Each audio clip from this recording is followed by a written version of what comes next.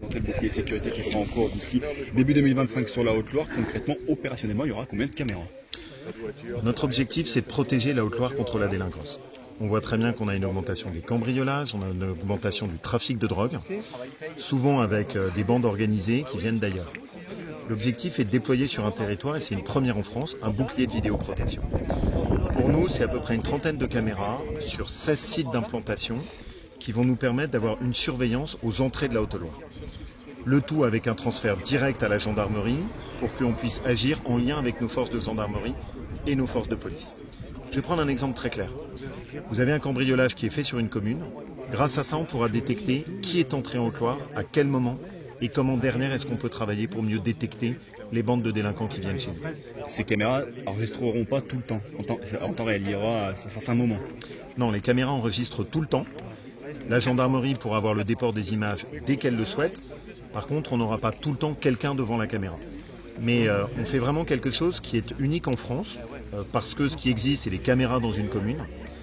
Un territoire qui se met en commun pour se protéger globalement, ça n'existe pas.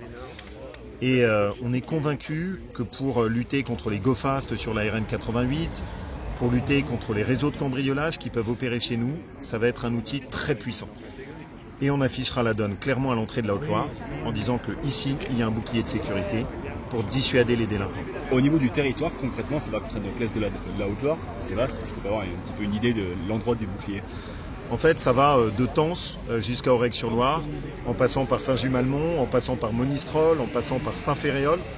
Donc on est vraiment sur un territoire vaste. On a travaillé en commun, c'est toute la complexité.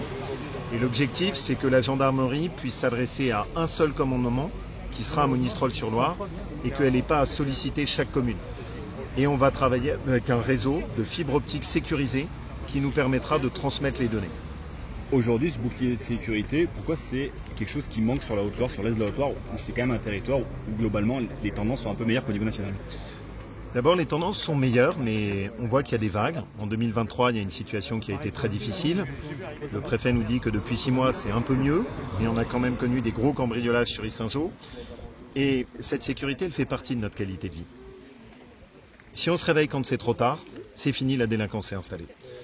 Si tout le monde comprend que quand on vient en Haute-Loire, on arrête les délinquants, il y a une justice qui fait son travail, il y a une gendarmerie et des policiers qui sont là en lien avec la police municipale, on peut réinstaller la sécurité. Et je pense que ce qu'on fait là, on pourra le faire demain pour la France. Parce que ça montre qu'au fond, sur l'insécurité, il n'y a pas de fatalité. Il y a juste une question de détermination et de moyens. La région va investir des gros moyens, quasiment 700 000 € sur ce projet, en lien avec le département, qui devrait mettre aux alentours de 100 000 €. Donc c'est un très gros effort collectif qu'on fait, mais la sécurité de nos habitants le mérite.